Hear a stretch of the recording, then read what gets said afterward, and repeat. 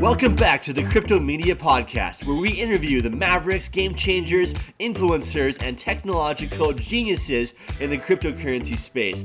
With that being said, let's get into it. Thanks for watching my dad's channel, Crypto Media. Be sure to like, comment, and subscribe. Welcome back, my cryptocurrency fellow enthusiasts. I'm your enthusiastic host, Justin, and I'm excited to introduce Wayne Marcel from Louisiana, America. Happy Independence Day, Wayne. I know it's just a little bit over that, but I know a lot of our American friends have been celebrating. It's good to have you on the show, man.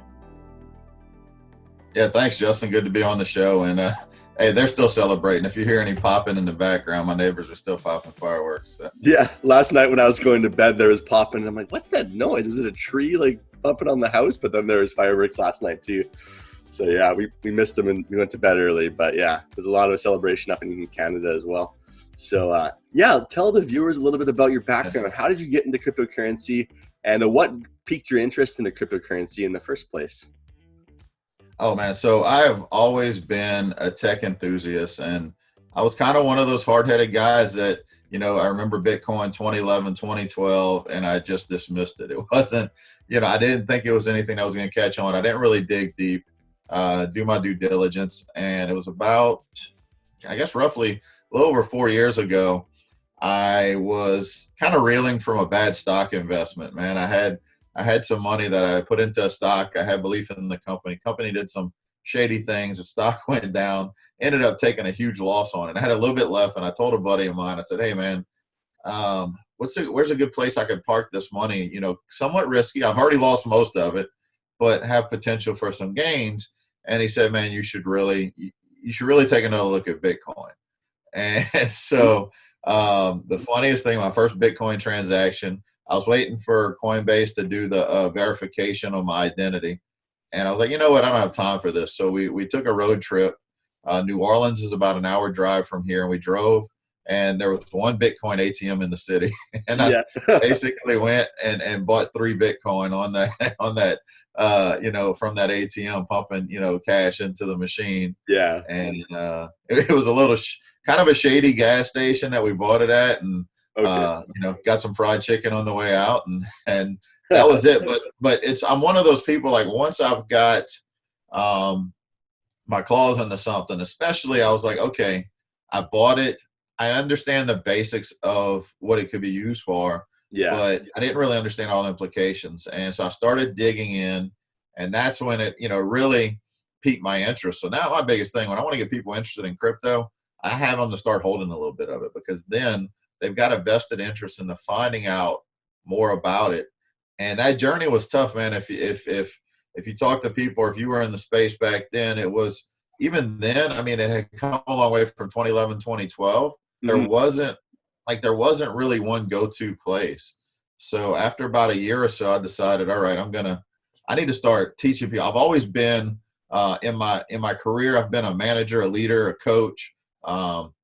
I've also done some network marketing in the past to get out of some financial trouble, and really enjoyed the coaching and personal development aspect of it. So I'm like, man, I really enjoy teaching people. And I realized this is a space where people need to have their hand held. I mean, you're talking similar to internet in the mid-90s, right? You know, it was one of those things where people just didn't really grasp it, didn't understand the implications of what it could do. And now you look, and we're living that. And I see the same thing with digital currency. So after kind of, it was many days and phone calls to friends, and like, hey, how do you do this? How do you do that? And we were kind of, you know, just kind of trial by error, or every time you'd send a crypto transaction, just sweat until it confirms. Make sure it goes through, phone the friend. Yeah. And it's nerve wracking, you know, and I wanted to be able to teach people that. So a little over 2 years ago, I had released a book. Actually in the process of updating it now, man. I wrote the book 2.5 years ago. Okay. Just a short beginner's guide for crypto. It was only like 40 pages, but I looked back at it the other day because I got a notification I had some more Amazon sales. I was like, well, I need to really check it, because half the data in there is outdated, right? Telling people, you know, what to use or where to go, and who to follow. So kind of updated that, but that led to me starting a podcast, an educational podcast. and just really focusing on education. So everything I've done, all the speeches I've done, I've traveled to a lot of conferences to teach, but I went to a few crypto conferences in 2018 just to get a feel for how the industry was doing, since the price market, the price of the market was retracting, big time. Yeah. I wanted to find out, if this was sustainable, right? And I saw a lot of good things from those conferences, but outside of that, I like to travel to non-crypto conferences and speak to people about crypto, about what it means, about issues with the current system. So that's it, man. I just really, I can talk to people for hours about crypto. Just to when there's somebody that's interested, that wants to know, or even when there's a skeptical person, just basically showing them, hey, this is, most people's skepticism is based on the fact they don't understand the current system, period. That's the current financial systems. So just starting there. And so that's been my journey, is just constantly connecting with people. So, it was rightfully meant that we met within Blockchain Training Academy, because Bilal and I had talked for a long time, and I used to have a program similar. And then finally one day we were just talking like, let's just merge forces and build a community around education. Awesome. Yeah, it's so funny. I had a friend recently talk to me, and I've been drilling him with like, you need to like look into crypto more. And I try to give as much value and information as I can, because I don't want him to lose. Like, I'm like, dude, we're heading into a bullish territory soon. It's already kind of, some altcoins are popping off and stuff, and I don't want you to miss the boat. And he's a musician full time, so he's had a lot of time to research these last few months. But he said to me, Justin, I don't invest in something that I don't 100% understand. I'm like, that's fair. I'm like, but do you really understand a mutual fund? Like, do you know the owners of that fund? Can you have them on your podcast? Can you hang out with them? Can you tweet them and they'll reply to you? Can you check out all the info about it? And I feel like with crypto, it's so with the decentralized and DeFi space, there's so much more transparency in the space as well, where you can do a lot more due diligence on what you're investing in and learn to know the team. Even with Unstoppable Domains, I talked to the CEO there, and it was just so cool to be able to sit down with him and literally just talk about the pay ID stuff and the .crypto domains, and literally get to know what their heart is for crypto and what their innovation is bringing to the table. But with traditional investments, nobody can say they 100% understand how fractional reserve banking works, and where all the monies go, how they pay shareholders and stuff. So it's such a sketchy area. I just believe in crypto so much more because there's a lot more validation and a lot more transparency in the space as well. What do you think about that? Yeah, I mean, absolutely. I just did a podcast recently and I called it Restoring Trust in Broken Systems. Mm-hmm. And that's what crypto does. I mean, people are put in the power, people abuse power. It's happened. You just study history over and over and over again. And the monetary controls, if people weren't aware of it then, they should be looking at it now, because everybody knows that especially in the U.S. right now, the Federal Reserve is just printing money. And that's going to have global implications because, it's a global reserve currency technically. So what's happening is it's devaluing the purchasing power of everybody that has dollars in their possession. Whereas crypto, it takes away the power from a centralized control, and it restores trust, because your trust is not in any one person. Mm-hmm. It's in the decentralization of it. And you don't have to understand, just like you don't have to understand how a gas combustion engine works. It works. You don't have to understand cryptography, but you can trust the fact that, multiple, unbiased coders and people that understand cryptography can look at the code, can look at the math and say that it works, right? So it's just been, and that's why Bitcoin has, not died over time. And most of the people I talk to that finally come around to crypto, usually their thing is, well, I kept hearing about Bitcoin and I hear Bitcoin was dead. And then I hear something else and realize it's not dead, right? Yeah. Whereas a traditional asset from a financial standpoint may go up in value, and then something that just declines that much could be useless, but it continues to grow value and continues to grow the user base. And I think we're going to hit a tipping point at some point with the way things are going. And trust is going to be a big part of it, because we understand, whether you live in Canada, US, Europe, UK, I mean, we realize that people run systems a lot of times, centralized systems are not good. And when you look at the banking systems, I mean, I tell people just Google search bank fraud or bank money laundering and see how many times banks have been fined for money laundering and other. And just the very structure of like, if you just explain the simple fact that like banks, you have their money in the bank and they take it and they give it back to you as interest, and then they charge you 24% interest on the loan money that you gave them. It's like, it doesn't even like add up. It's so crazy, right? Yeah. With like credits and everything. And then they pay a fraction of your interest to shareholders, which is like a massive amount. Yeah. Are there any DeFi projects that like, I'm a really big proponent of Celsius Network and projects like that. And like, I haven't looked into BitTrue too much, but are there any projects in that field that you're really excited about? Well, I've been following, I've been following Celsius for a while now.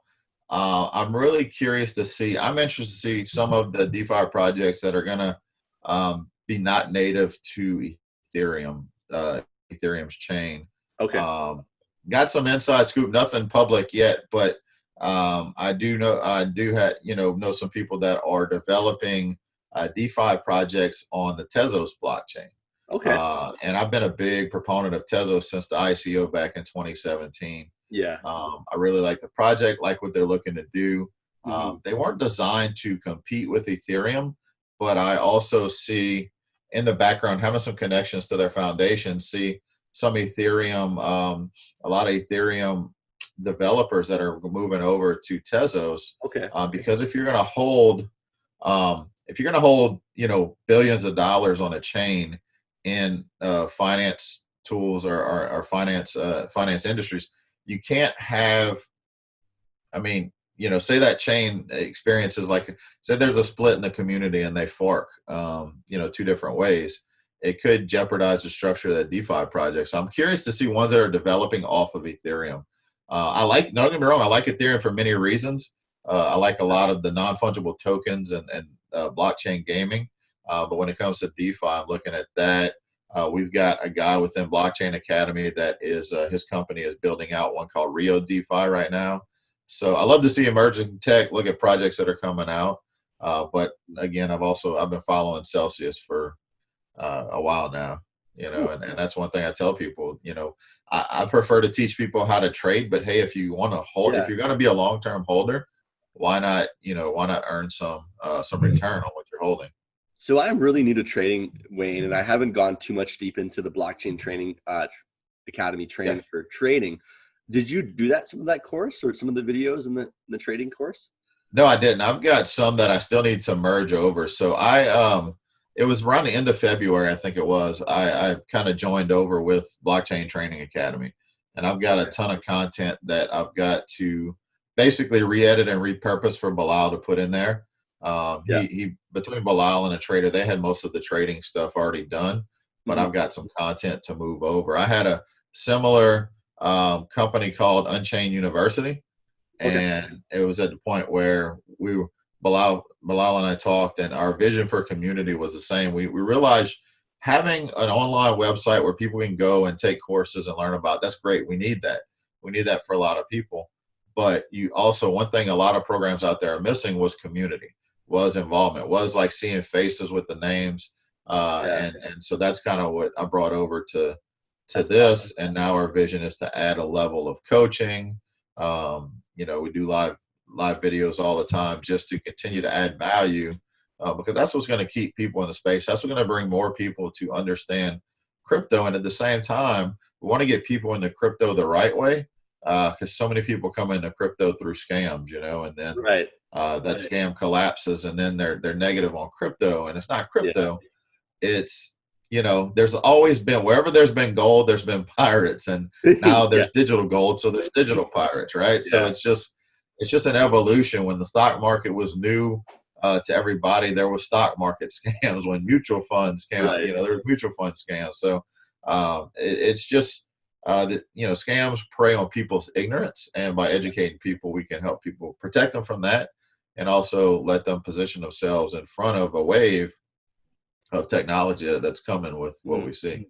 So for crypto trading, Wayne, I'm not going to dive too deep into it because that's a big topic, but Could you unpack the idea of a swing trade, like a simple like flipping coins just to increase your Bitcoin bags or whatever on like an exchange or on an app?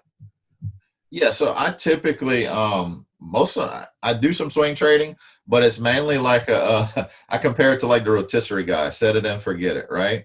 Yeah. I'll make a buy or a sell, and then I'll set the opposite based on looking at just support and resistance lines. If you look at most assets, there's typically, if you look at a chart long enough, you can see lines of support and resistance, both horizontally and also diagonally. So when you Right. look at some of those intersections, swing trades are realizing, for me, you don't necessarily have to take every trade, but sometimes an asset can range in price within a channel where there's a lot of support, a lot of resistance, and those can kind of flip depending on buy and sell pressure.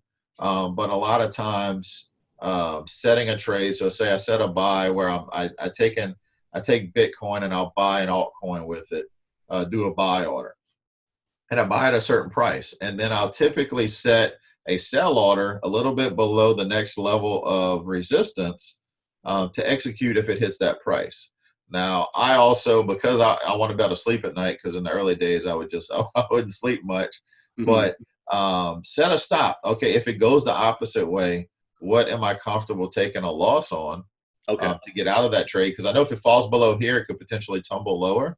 So I set a stop. So you basically set a sell order and a stop. So a stop basically means if it falls below that, I'm going to sell it, and I'm going to just take a small loss rather than let it free fall and try to get back in another trade. You can't win 100% of the trades, but also you don't always have to force a trade. There's many times you can look at a chart, and if it doesn't look favorable, don't jump in. So swing trading just allows you to swing back and forth, for me. But if it executes at that sell order where I made the profit, then for me, I've increased my amount of Bitcoin. And that's where people get it wrong, right? You can have passion for a lot of different projects, and you can also have hate for certain projects. But for me, like even projects I may not personally like, if I'm not in it for the long term, I can use that asset to gain some satoshis, and gain more Bitcoin versed on that trade. So I tell people, never dismiss an asset unless you think it's just dying and going to zero. There's always room for to swing and make a profit. Like there's a lot of hate for like XRP right now, being we're like 930 days into a bearish retrace or whatever. But you were saying, and I think in a Facebook post, that you bet against XRP sometimes and have made, increase your bags by shorting it. Yeah. I mean, I shorted it down from, I think it was, when it was right around $2, and we started to see the market start to tumble, shorting it. It's one of those, personally, there's a lot of things about it I don't like. I understand why people like it. So personally, but I'm not opposed to it. Right. Yeah. I think I'll give you another example, because there's a lot of divide between XRP, but there's some other tokens that I know, looking at the development, they're straight garbage. But hey, when the charts look right or look primed, I'm okay with jumping in and jumping out of a trade. And there's a risk with everything, but with a certain amount of risk can come a certain amount of reward. So people just need to get out of their head. If I don't like that project, I'm not going to touch it. Yeah. Unless it's been proven to be a scam. I don't think XRP is a scam. They're designed for a certain purpose. It does that purpose. But it's one of those. Yeah, you can definitely see some fireworks if you talk about it in crypto groups, because it's so polarizing between crypto people. Yeah. So I want to talk about some of your favorite picks for altcoins, because we might be heading into an alt season, in the coming weeks and months. And we've already seen, like yesterday, VeChain popping off, to 18 to 20%. And it's kept that level, which I woke up this morning, I'm like, are you serious? And I did a video on it yesterday and the day before. But what's like your favorite high cap, mid cap, and low cap project? Not to necessarily invest in, but just to keep watch on, and that you're really tracking behind right now. Yeah. So first and foremost for me is Tezos. I'm a big fan of Tezos and what they're doing. I see Tezos is really going to revolutionize what's happening in the smart contract world. So Tezos is one for me, not just because of the, they call it baking, but it's basically staking. Yeah. not just because of that. That was just an added bonus, but I see so many things coming down the road, and actually, work with someone that's on the board with Tezos Commons. So I got a lot of insight into where their project's going with future projects when it comes to smart contracts, when it comes to, DeFi, and also when it comes to privacy, when they're adding a level of privacy coming soon with ZK Snarks. Yep. Implementing some privacy aspects there. So Tezos is a big one for me. VeChain is one that I've also been a big fan of.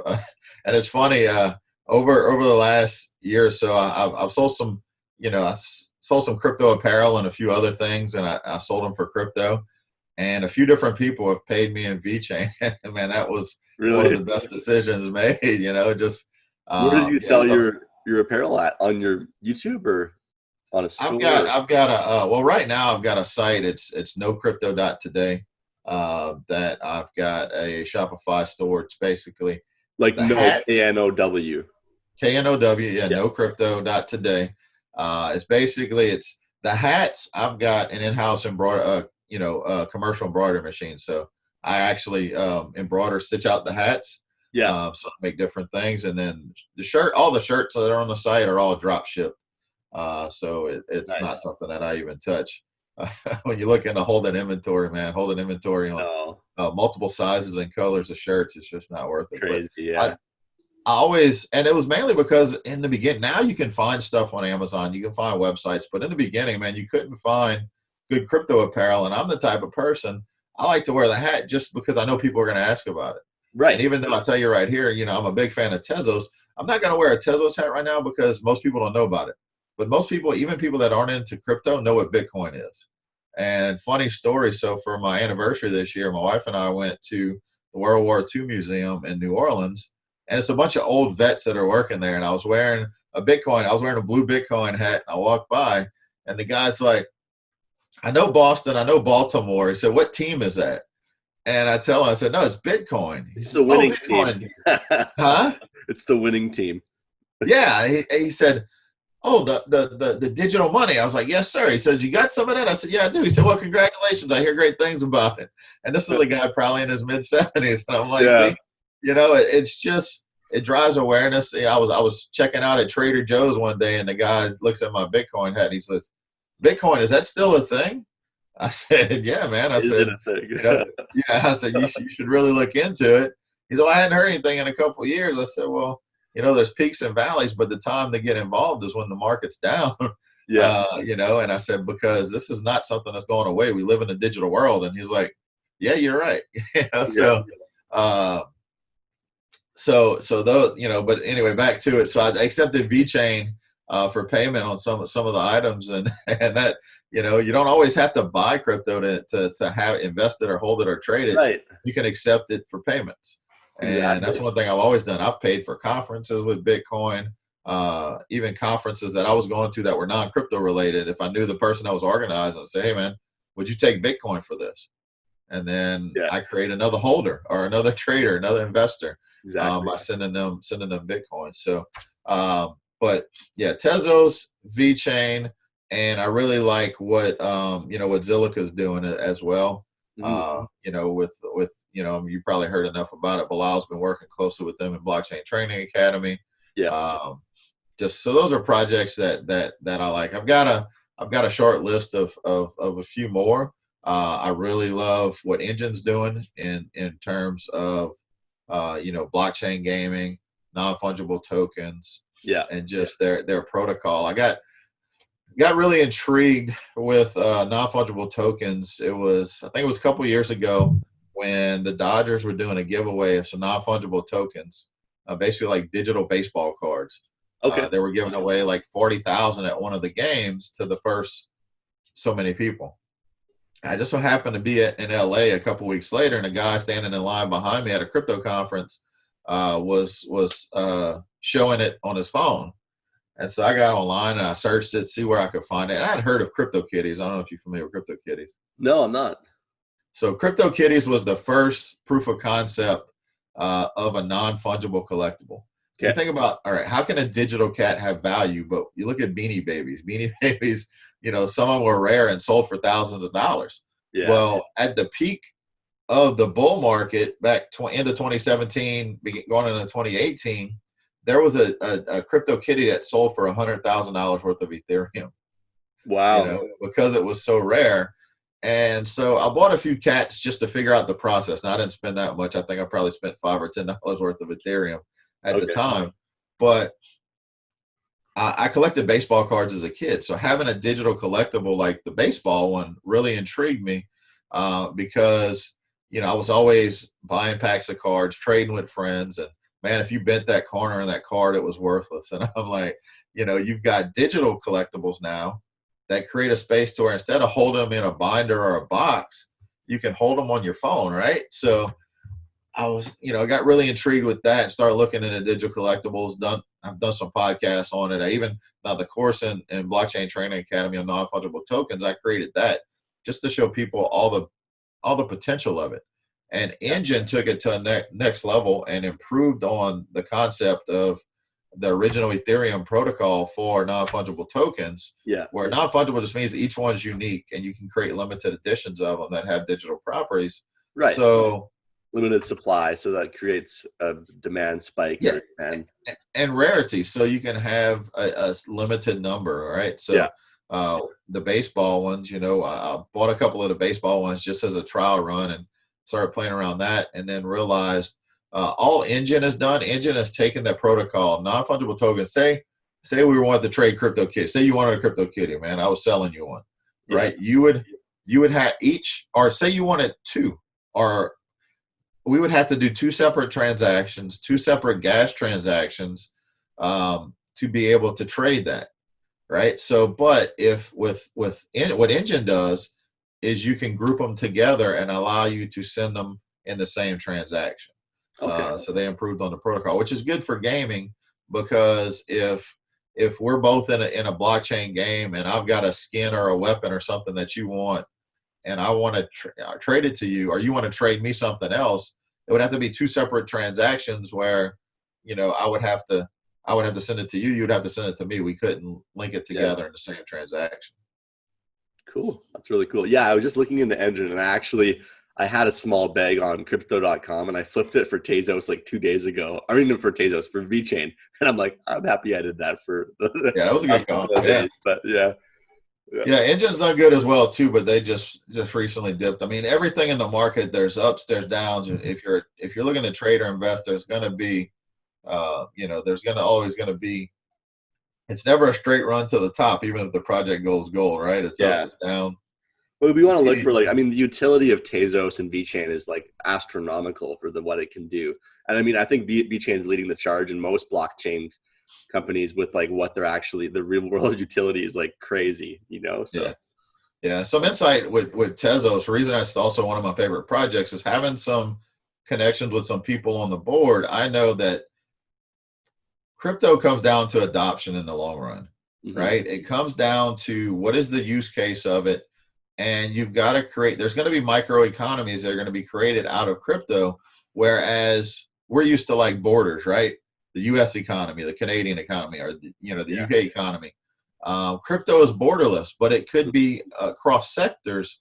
And VeChain, what it's doing in the shipping channels, if you can create an economy for your token or coin, and to where there's demand, there's constantly it's being utilized, then that's where you can see some real benefit and real value built. Whereas in 2017, that price spike was all based off of speculation.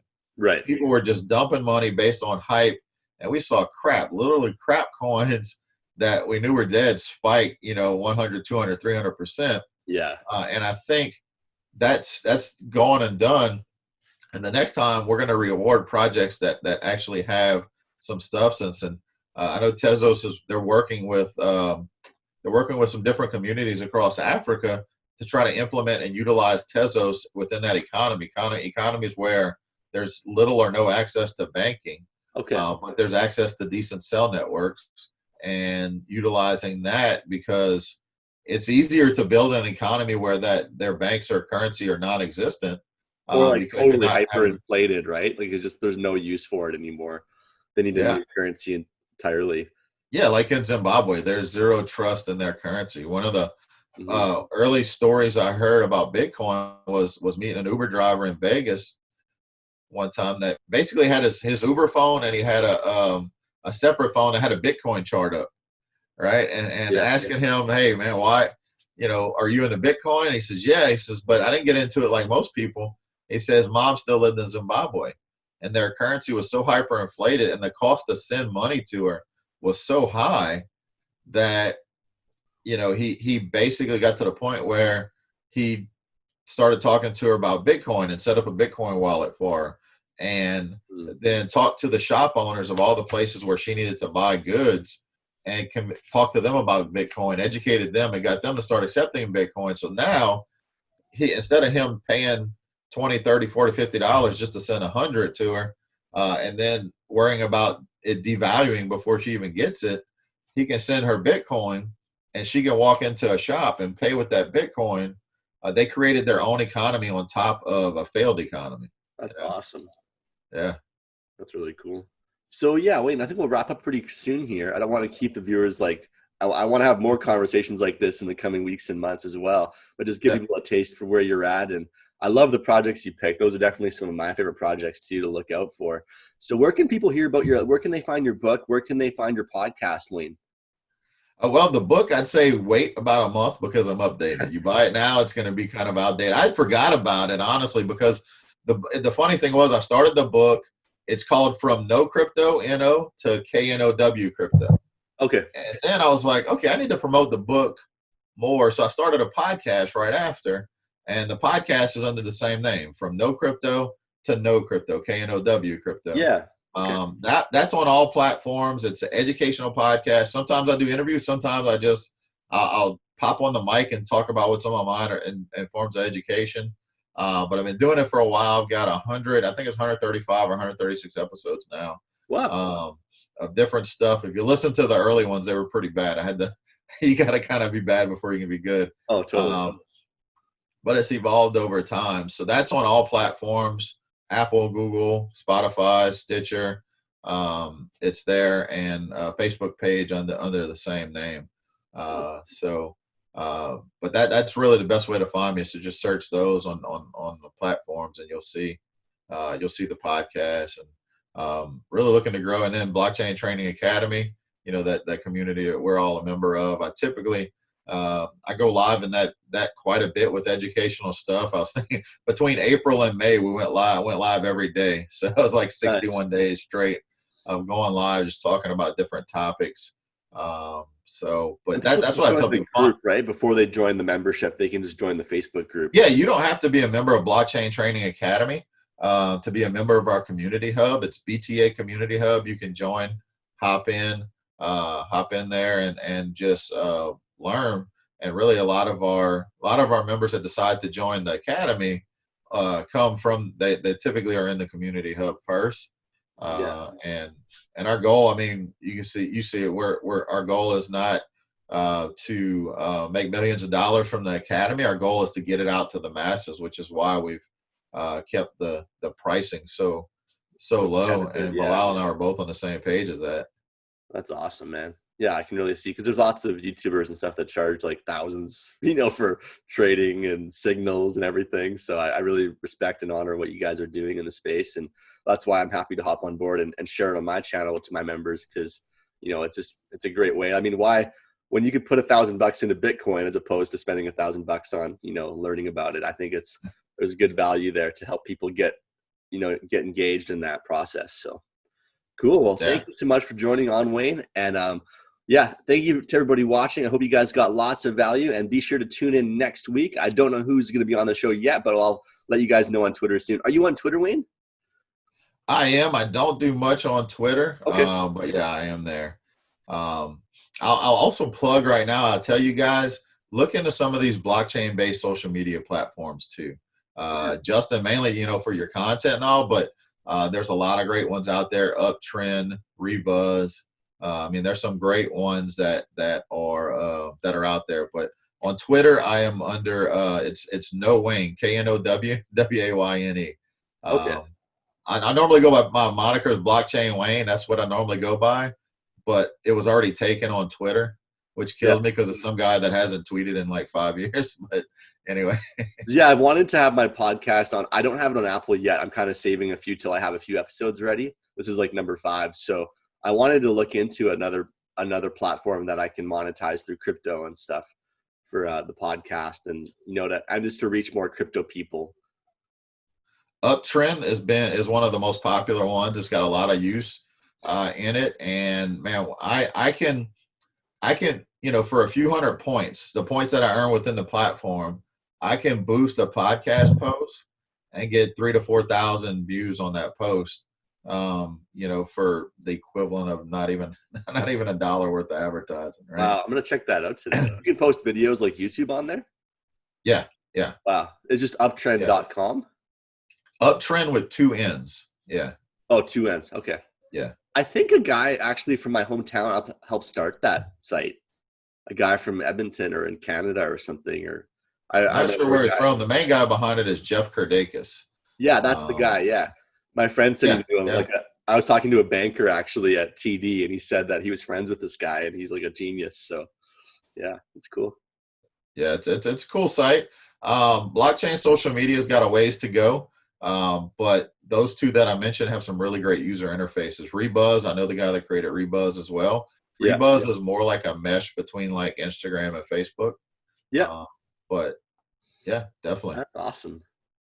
Well, thanks again, Wayne, for coming on the show. I hope you have an amazing weekend with your family celebrating Independence Day weekend. And for that being said, we will see you all in the next one. Take care, guys. God bless. Thanks for watching my dad's channel.